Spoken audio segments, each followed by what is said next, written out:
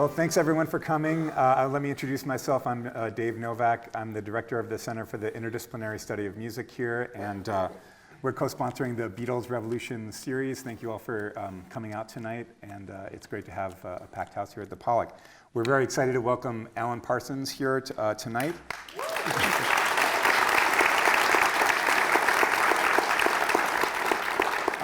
He doesn't need that much introduction, but I'll do a little bit. He is a sound engineer, producer, a musician, and a songwriter, and a Santa Barbara native of many years.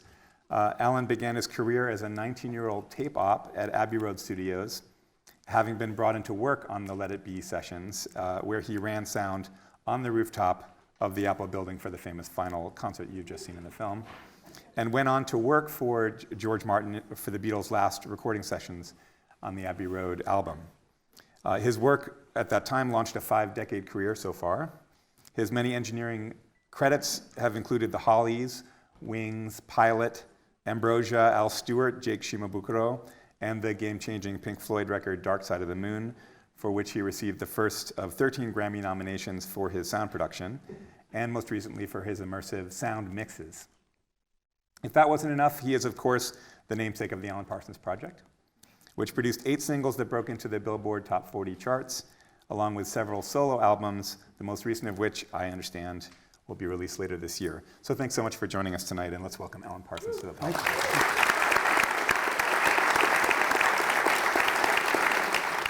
Well, let me start by asking about those days when you began as a tape op, a lowly assistant engineer at Abbey Road, and you were immediately shipped off to the Let It Be session, and somehow you soon found yourself up on the roof watching the Beatles' last show. It was January, right? It was January of '69. January '69. So I'd already been at Abbey Road 3 months by that time. Mm-hmm. I was actually 19 when I started at Abbey Road, and so I would have just turned, my birthday's in December, so I would have just turned 20 by the time. What was it like at that moment in your life, and can you talk about the situation? Well, there I was, commissioned to show up at the Apple building.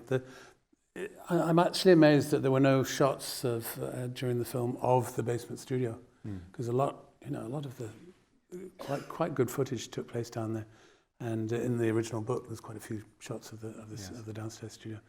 But I literally arrived, rang the bell, somebody let me in, just like those policemen rang the bell, or knocked on the door expecting me in.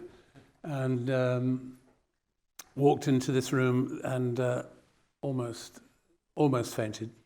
John, Paul, George, Ringo, Yoko Ono, George Martin, Glyn Johns, Linda Eastman, and I think Heather, the little girl, Paul's little girl, that might have been there as well. But very timidly I said, "Hello, I'm Alan. I'm from Abbey Road. I've come to help out." And they just needed somebody to operate the tape machine. There was no one there. They hadn't taken any staff on for the studio, so and they also hadn't got any decent equipment. So Abbey Road was commissioned to take 2 big old consoles down there to actually operate the studio, because the famous Magic Alex had installed this console that just did not work. And he saw the future as being 16 tracks, so he put 16 speakers on the wall, which was not a terribly good idea. And but the recordings were actually really quite good sounding. I mean, I'm not sure the great sound really reached the film soundtrack. I mean, it's a lovely room, but the recordings are actually better than I think they were able to get probably on an optical 16mm soundtrack. But amazing times, of course. I mean, I was always a Beatle fan, so there I was, literally being a fly on the wall watching the Beatles record. So it was wonderful. And then the rooftop. So, of course, I promise you I was there on the roof, but I was behind a camera. If you were Paul, I was over there to the right, stuck behind a chimney from one direction and behind a camera in the other direction. So you don't see me, but there are shots in the book. Wearing a very smart orange shirt with a striped jacket and a very thin, trendy black tie for the time. So, it was de rigueur at the time to wear ties. Abbey Road policy was you had to wear a tie.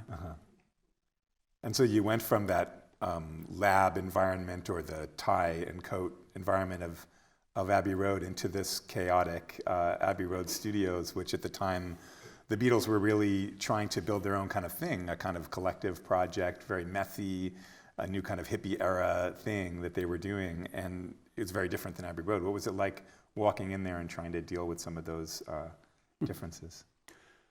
Well, it's interesting that they had a studio for Let It Be, but they still chose to come back to Abbey Road to make their final album. It's a popular misconception that Let It Be was the last album. It was the album before last, and the two albums were released in reverse order. But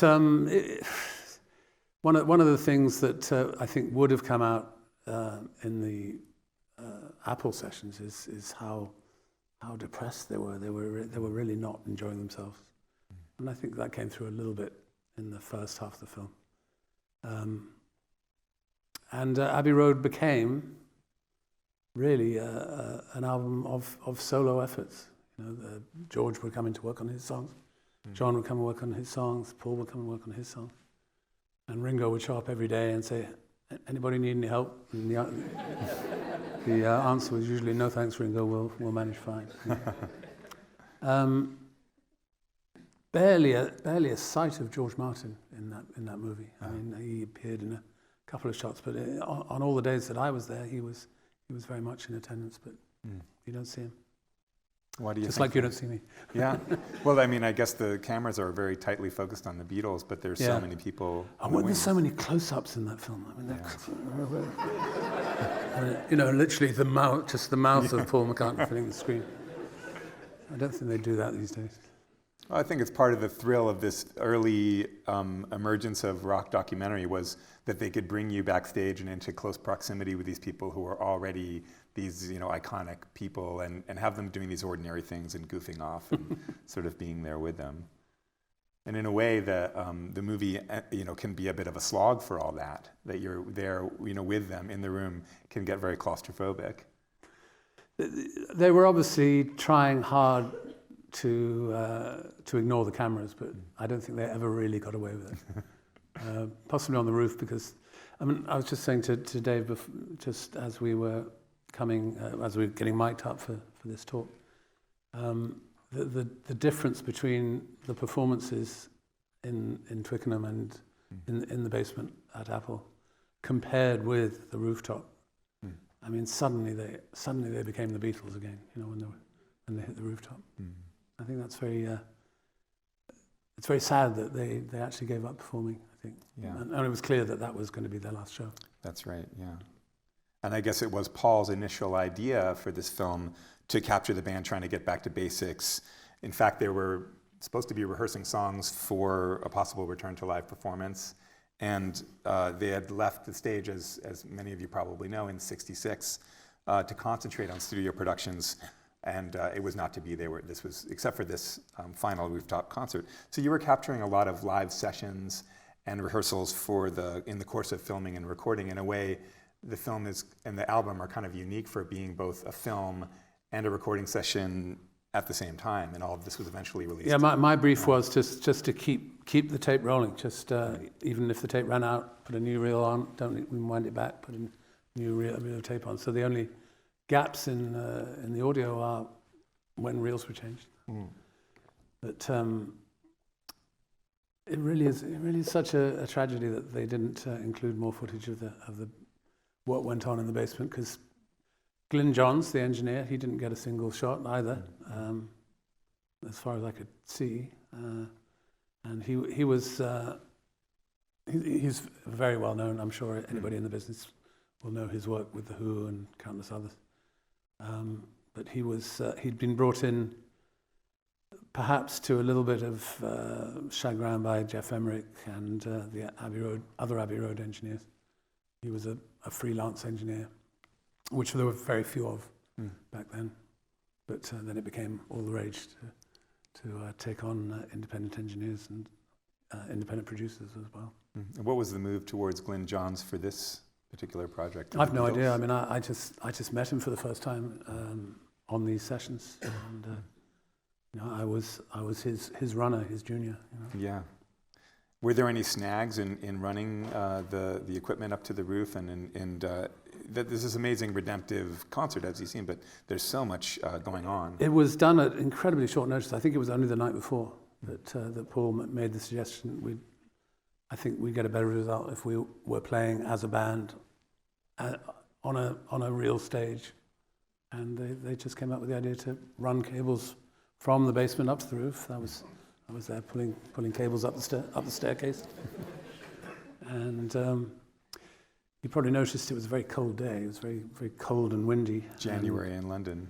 And you may have noticed some of the microphones had pantyhose wrapped around them in an effort to get rid of some of the wind noise. And Glyn had sent me out to a local Marks and Spencer's shop around the corner to buy some pantyhose, and gave me a 10-bob note, said, go and buy some pantyhose. And so I got to the shop, and I said, I'd like some pantyhose, please. Yes, sir, what size? Well, doesn't matter. So I think they probably thought I wanted to rob a bank, sticking over there. Or I was a cross-dresser or something. But weren't the mics so ugly in that film? They were just, they just put foam around the edge and wrapped white tape around. Yeah. Nobody thought about the visual content at all, I don't think. Yeah, they're using like $50 microphones, through the entire time, or what would be, Unisphere, very cheap mics, and you can see even. They're still only $100 now. I guess so. Yeah. Well, cheap and cheerful. But the vocal mics were actually a little pricier. They were AKGs that. Glyn favoured at the time. Those little ones on the thin. The one on the thin stick, yeah. So, a lot of the film was shot at Twickenham Studios, and in order to accommodate the film crew, they decided to record on a soundstage rather than in a recording studio. Was it any different working as a sound engineer in that environment, trying to make an album at the same time? I wasn't there at Twickenham. In Twickenham, Twickenham was all, I think the sound was all literally captured by film guys, rather than any formal console or mixing desk or anything. I can't say that for sure, but that was my impression.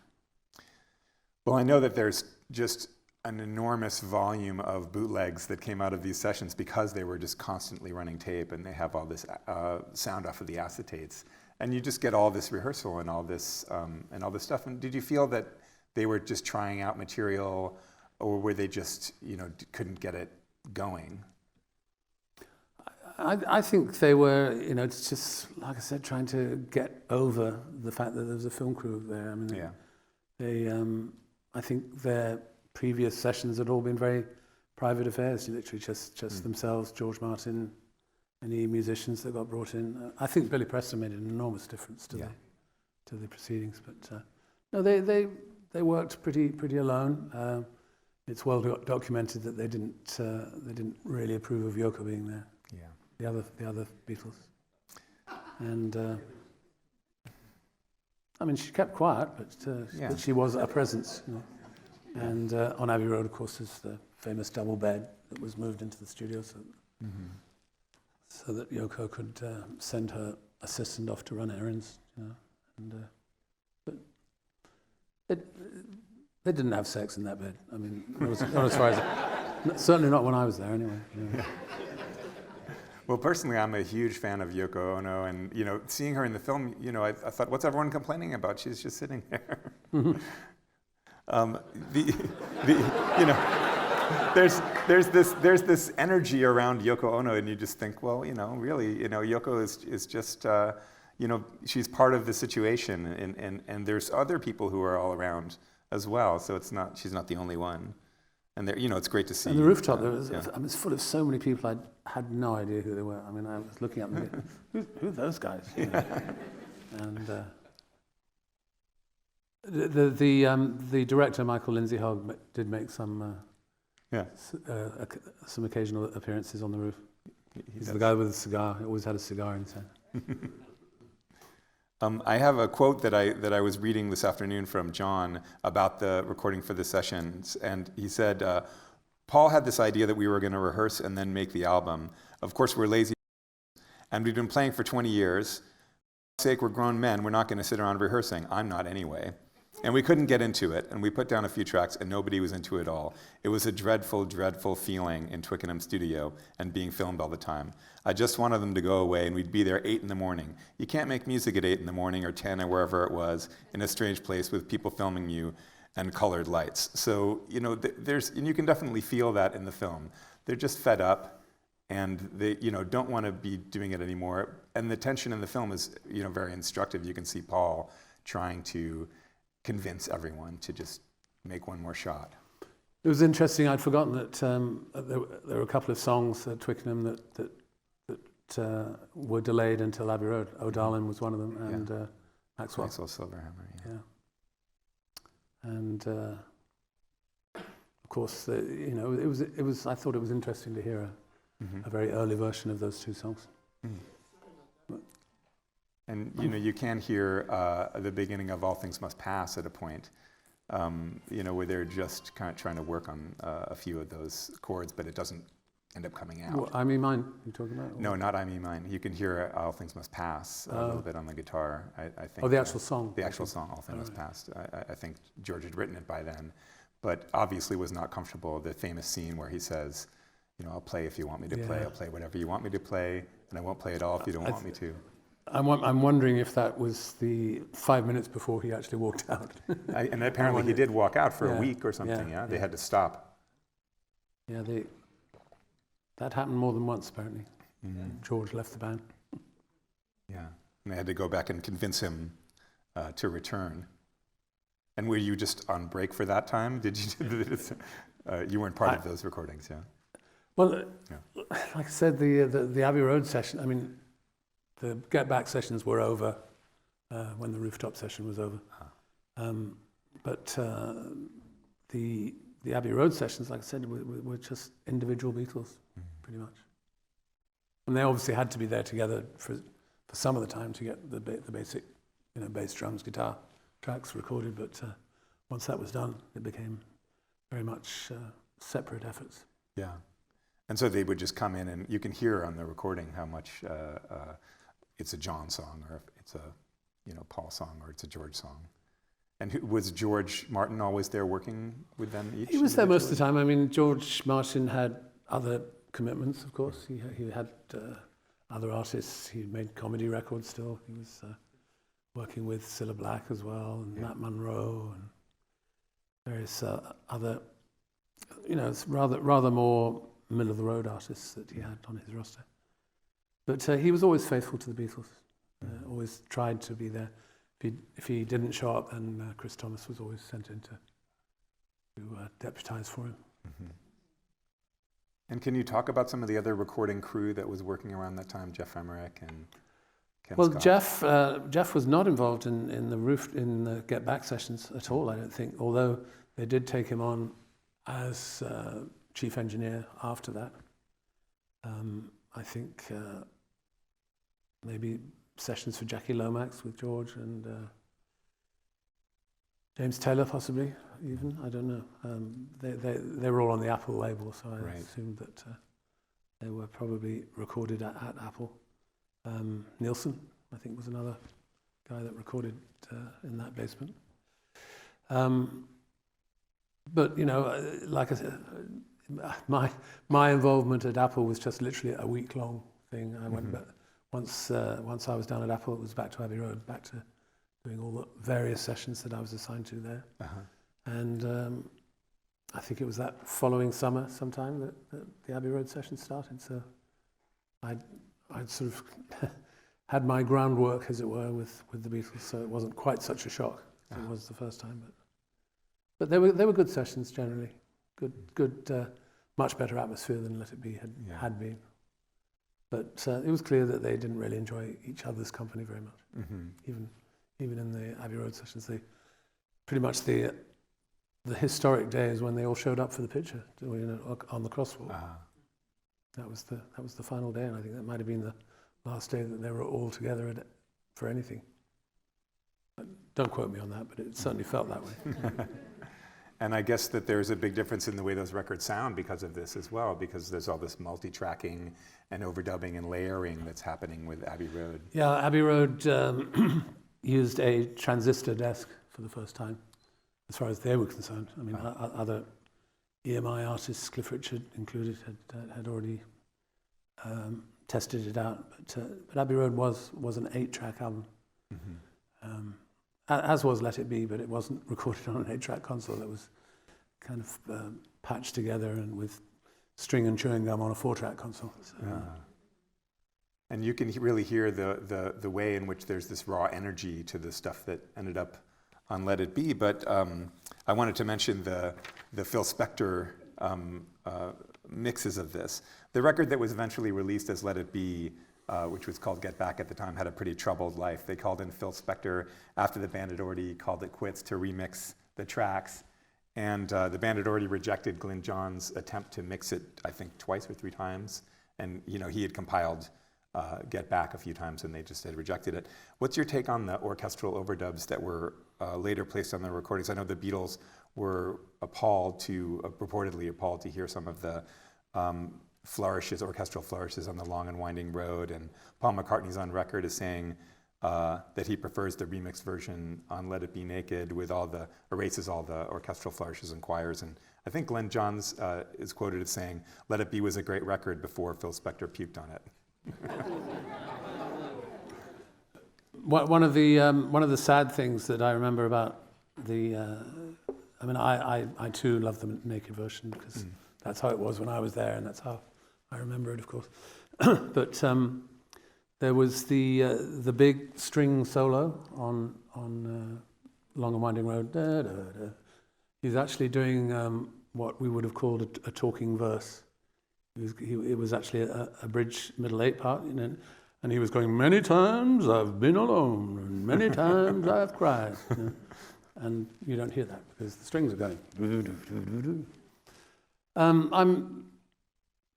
I'm sort of in two minds about what Phil Spector did with the album. I mean, hey, it was a hit. You can't knock the fact that he made it very commercial. And he did a much better version of Let It Be than was on the original version, I think. And that didn't have too much stuff on it. It was just essentially a better performance, better mix. And I guess there's so much material to work with that you had choices all over the place to what songs. That was part of the process, of course, just finding. There were so many versions of every song. I mean, there must have been 20 takes of Get Back to sift through, and all the songs, at least 20 versions. And it does seem like maybe the Beatles weren't sure which of these songs were worth putting on or not. There were some songs that were pretty patched together just by themselves. But they love to just mess around, to Besame Mucho and stuff like that. So but that was what they did. They loved to just go off at a tangent sometimes. Yeah, there's so many tangents. It's almost the first half of the film is them being tangential. Right. And then they bring in Billy Preston. Do you think that was an attempt to heal some of this or to bring in a buffer? Could be. I don't know the circumstances that led to Billy Preston being hired, but he was I think a real musician influence on the other four. I think he did a good job. I mean, the solo on Get Back is part of its success, I'm certain. No question, yeah. And his energy, that he brought obviously to the group. So it was incredible. They did have energy on the roof because it was so cold. I mean, if you were up there trying to play guitar on a cold day like that, it's pretty tough. I mean, your fingers of your left hand just freeze up. So they did very well. Yeah, there's a real joy in that performance. In a way, watching the film can be a slog, and then you get to this last moment, and you get to see how they can really come together. And in a way, knowing that Abbey Road follows this immediately, it's often considered, this last great work. They obviously sense the lack of polish on Get Back or on Let It Be. But they were very much perfectionists for the final shout, as it were. And now we're in a moment where we're getting to hear a lot of the Beatles music anew with remixes and remasters, especially the Giles Martin remix that's just come out of Sgt. Pepper's and the White Album. This record being released as the Let It Be Naked. So we're, in a way, we're going. How far can we go with the Beatles? We were talking earlier. The Beatles. It's incredible that the Beatles have such a lasting effect. We can pack the house, and we can talk endlessly about the Beatles. And every year there seems to be another view into this history. I think that's record labels saying, "Oh, we found another 3 songs. Let's put out another album." So I think there are commercial reasons for the never-ending supply of releases, but I think Giles did a lovely job on the Love Show in Vegas. Anybody seen Love in Vegas? I do recommend you see it. It's a very, very good representation of the Beatles catalogue. You probably already know of the sad and untimely death of Jeff Emerick, who was the principal engineer for the Beatles for many years. Did Sgt. Pepper and pretty much everything up to Let It Be, and then he was brought back in again for Abbey Road. So he had opinions about some of the re-releases, slightly negative opinions, but I think it's probably more that he was upset that he didn't get asked to be involved. I think he would have very much liked to have been involved in any reissues. Yeah. And he was responsible for so many of the great sounds that came out of that era of music. It would have. Yes, his memorial was in Los Angeles earlier this week. Good chap, very clever guy, and very much a mentor in my case. How did he mentor you? He was never against giving advice. If you asked a question, he would answer it. No matter how busy he was. So I was always asking questions, I guess. But no, he's a lovely guy. Did he teach you technical things that? Yes. Yeah, he taught me. Taught me how to listen.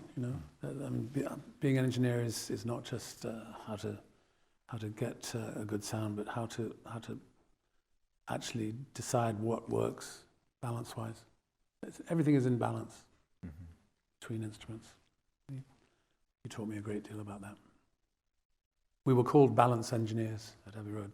That's what you went from being a button pusher, which was a tape op, to being a balance engineer. And after that? Then you left to go independent, or you became a producer, or both. I see. Which is exactly what I did. And Jeff didn't produce things very often, did he? He did do a little bit of stuff. He produced, I think, one of the Badfinger records, yes. Art Garfunkel he worked with a couple of times. He did a few things as producer. But he's known for these incredible innovations on the Revolver record with limiters and compressors and some of the phasing effects and so many of the things that we now take for granted as plugins or as analog guitar pedals even. Yeah, it's all become rather easy now. You just, if you want to see what the vocal sounds like coming out of a Leslie cabinet, which is what it was on Tomorrow Never Knows, you just plug it in and into a computer and out it comes. So it's we used to fight for sounds back then. It's a little bit too easy now. Well, you can buy the Abbey Road plugins for a few $100s, right? Yes, there's a recently released Abbey Road chamber, which I'm very keen on, actually. I've been using it on my new record. Did you know I had a new record? Yes. It's coming out in April. I built a studio on my property in Santa Barbara, here, up in the hills above the Bacara. And my wife, who was sitting back there, was very instrumental in the general design of the room. I mean, she didn't design the acoustics and the electronics, of course, but she was very, very important to the way the studio turned out. And I'm very proud of it, very proud of the record. So Yeah. it's coming out April 26th, I believe. That's great. Yeah.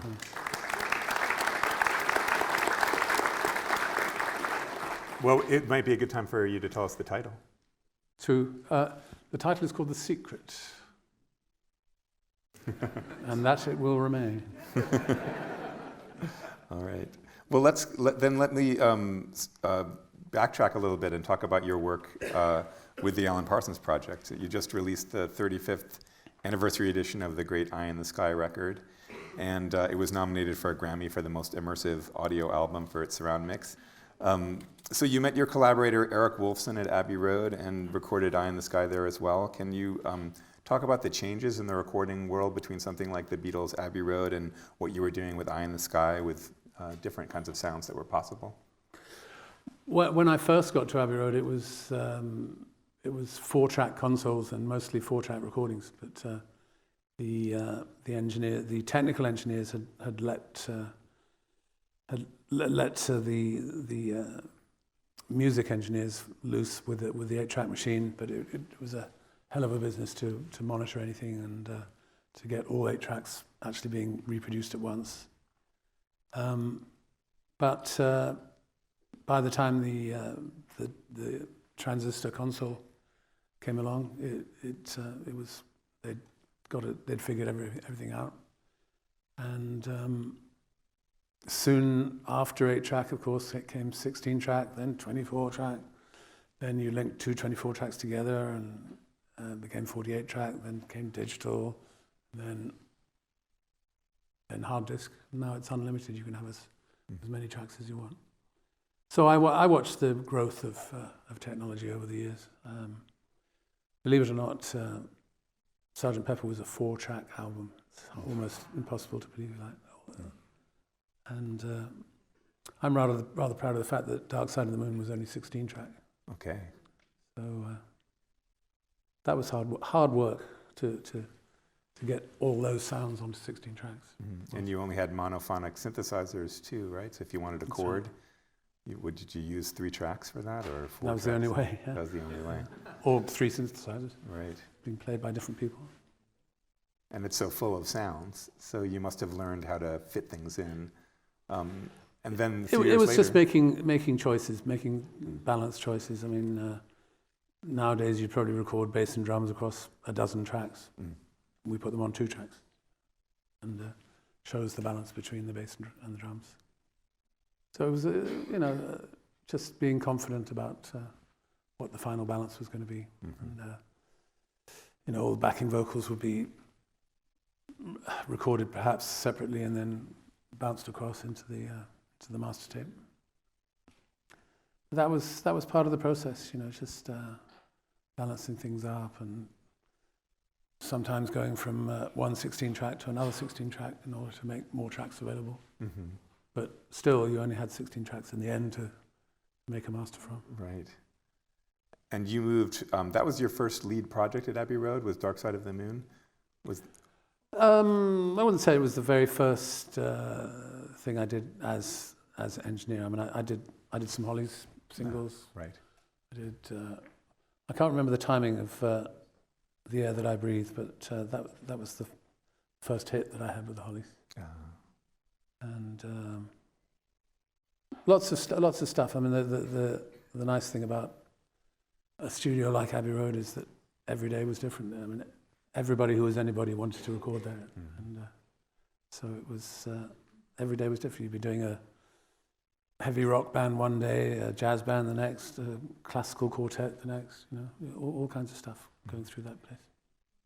And so, how did you end up in the position of doing Dark Side of the Moon with Pink Floyd? I'd been the tape op for the previous album, Atom Heart Mother. So, and then it came time to mix Atom Heart Mother, and the engineer who'd done all the other sessions was committed to something else. So they thought that they'd give me a chance to be the engineer for the mix, and so that's what I did. And then presumably I did an okay job, otherwise it wouldn't have asked me to come back and do Dark Side of the Moon. So it really was a very much a company store kind of at Abbey Road at the time, where they would just assign you to a project and say, well, you're going to do Dark Side of the Moon? I think it was more of a band decision than a staff. The band had an involvement in it. Yes, I think so. And interestingly, after I'd done Dark Side of the Moon with them, I also went on the road with them, did their live sound, which was great fun because they had this amazing surround system on the road as well. Then they offered me a job to be permanently employed as their recording engineer and live sound engineer. And I actually turned it down because I'd already had a couple of hits as a producer by that time. But I think it's sad that we only did one album, really only did one album together. Because I think we were a good team. One incredible album. And the album's still getting played every day now. How many years was it the #1 album on the Billboard chart? Something like 20-something, 30-something years. But it wasn't long after that you did that you did the Alan Parsons project that you started. It was soon after, yeah. I mean, the first, I think the first sessions were in '75. The album came out in '76, Tales of Mystery and Imagination. And that was sort of my attempt to do a Dark Side of the Moon without Pink Floyd, you know. And so what was it like transitioning from being an engineer producer to writing your own stuff and producing your own stuff? Well, Eric was very encouraging in that respect. That he gave me the opportunity to write, with him, and I would also write without him, and we would come together with our various ideas and make mélange arrangements of the bits and pieces that we'd come up with. But it worked very well as a concept, and we all both went off to read Edgar Allan Poe stories again for the first time since our childhood. And, we came up with some favourite stories and poems that got. I picked up one slightly obscure poem called "To One in Paradise," and that became the final song on the album. And now you're revisiting this music to do surround mixes. Is there a new life that you can breathe into it with this spatiality? It's a lovely medium. The sad thing is so few people have actually heard it, but it is like the difference between going from mono to stereo. Going into surround is like going from stereo into a whole new dimension. And there's this new medium called Dolby Atmos, which even gives you height information these days, but it's a little too much for me to deal with for music. I think it's fine for movies and stuff. But the sad thing is that a lot of people have home theatres, particularly people with a few bucks to spend. But it's really home theatre seems to be for movies, not for music, and that's rather lamentable because music is great in surround, and I love working with the medium for music. Okay, great. Well, I've had so many of my own questions answered. I think we should probably move out to the people in the audience. Yeah. One quick technical question: when you say you're running tape, were you running a Nagra? No, it was an 8-track machine, the 3M 8-track machine. The Nagras, the film people would have been running Nagras. Okay, and this was a 4-track that you had? For Let It Be, it was 8-track. 8. It was a 3M 8-track machine, but the consoles were 4-track, so that's what made it complicated. How many takes on the guitar track that comes in before the final piano track on the end? How many takes did they need? Did he need? I think it was done in a single afternoon, but it's all 3 guitar players. It's Paul, John, and George, and they all had a little solo part to do, but the final record lasts longer than the tape did, so it had to be John's solo, then chop, Paul's solo, chop, George's solo. So. Because when they recorded the original track, there just weren't enough bars to record all those solos. So they had to be done kind of separately. I think it was only one afternoon, as I remember. Yeah. But George would. My memory is that the solo on something took almost days to get right. Hi, Alan. Big fan of your work. And if you don't mind, I want to ask you something about some of your the Alan Parsons project work. With the Beatles, it's often very clear which one was a John song, which one was a Paul song, etc. And you just gave us a little glimpse of your relationship, your working relationship with Eric Wolfson. Is there a good way to tell what song on an Alan Parsons project is Alan's song, which one might be more Eric's? You can be pretty sure that if it's instrumental, it's mine. Okay. But I would make occasional contributions to all of Eric's songs as well. Hi, Alan. I wanted to know if we could talk a little bit I'm not over seeing you. here. Where are you? I am over Put here. your hand up. Yes. Oh, there you are. About sort of about iRobot, and about the approaching of the concept of that, and just kind of going back to maybe when did Asimov come for you as you're starting to read it, and when did it come together as a concept album, and how it grew out? Eric approached Isaac Asimov and was told by Asimov, "Sorry, Eric, I've just sold the film rights to somebody, to another entity, so we weren't able to actually base our album on his books." And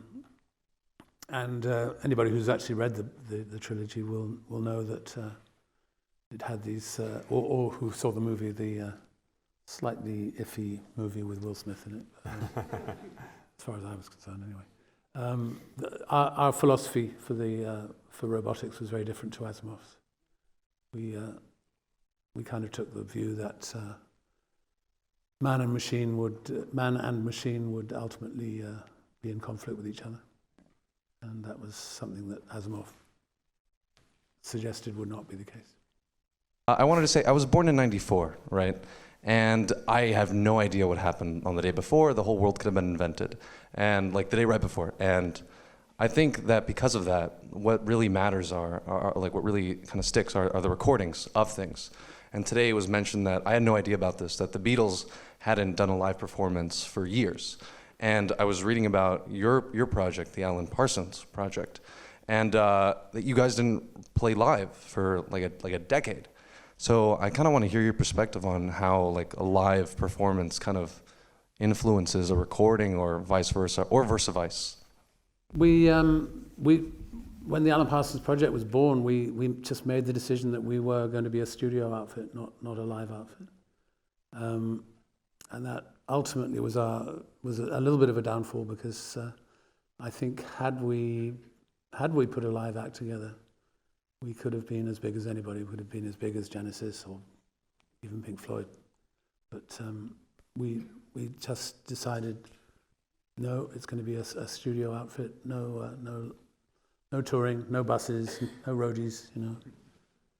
But when Eric and I had made our last album in 1990, which was actually not an Alan Parsons project, it was a multi-artist thing called Freudiana. Not many people know about it because it was kind of buried.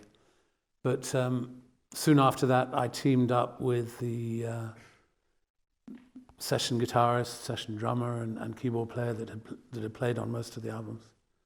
And we made another album, and when it was done, we said, let's take this on the road. And that was 1994, I think, when we finished that album. We toured it in 95.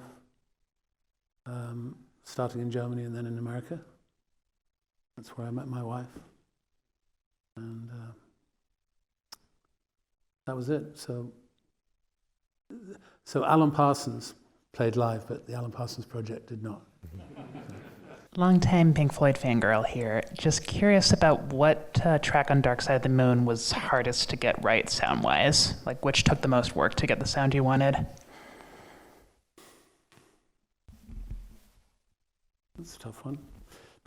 Probably the opening sequence, because that had so much, you know, all the voices had to be synchronized to